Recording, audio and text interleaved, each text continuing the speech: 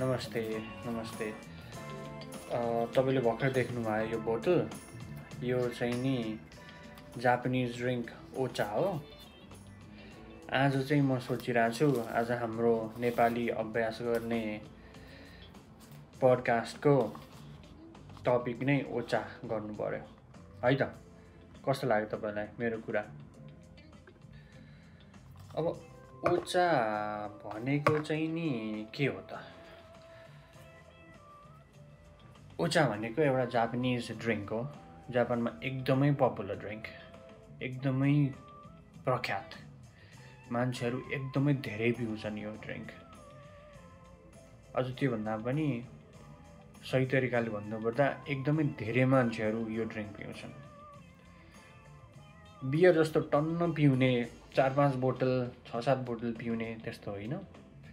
यो चाहिँ non alcoholic, alcohol नभएको पिउने पदार्थ हो अनि स्वाद पनि छुट्टै फरक खालको हुन्छ।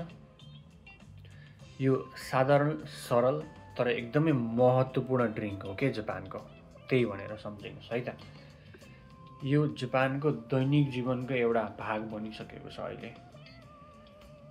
अनि यसलाई अङ्ग्रेजीमा भन्नुपर्दा ग्रिन टी पनि भनिन्छ अनि जापानमा चाहिँ ओकुचा भनिन्छ। यो हल्का तितो हुन्छ तर स्वास्थ्यको लागि धेरै फाइदा गर्छ भनेर भनिन्छ। अनि यसले शरीर स्वस्थ तथा सुस्ती पनि कम हुन्छ भनेर भनिन्छ। अनि तपाईँ सुपरमार्केट जानुहोस् अथवा ठाउँ ठाउँमा अटोमेटिक भेन्डिङ मसिन जानुहोस्, ओचाहरू हरेक ठाउँमा पाइन्छ। तातो पनि पाइन्छ, चिसो पनि पाइन्छ। मान्छेहरू बिहान उठेर पनि खान्छन्, भात खानुभन्दा पहिला पनि खान्छन्, भात खाँदा पनि खान्छन्, खाइसकेपछि पनि खान्छन्। अनि कति ठाउँमा खाना खान जानुभयो भने चाहिँ ओचिया चाहिँ अनलिमिटेड पाइन्छ। सानो मसिनै राखिदिएको हुन्छ अनि आफ्नो ग्लास लिएर जाने, ओचा थपी खानु पनि पाइन्छ।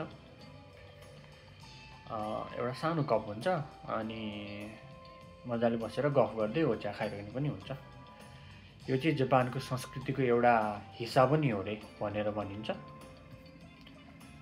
अब विभिन्न थरीका ओचाहरू छन्, अब जस्तै सेन्चा, होचा, माचा, गेन्माचा। अब कुनै चाहिँ भुटेको हुन्छ, कुनै चाहिँ नि नभुटिकन बनाएको हुन्छ, त्यही तरिकाले नामहरू विभिन्न छन् है। अब बाँकी चाहिँ अर्कोचोटि है त। नमस्ते।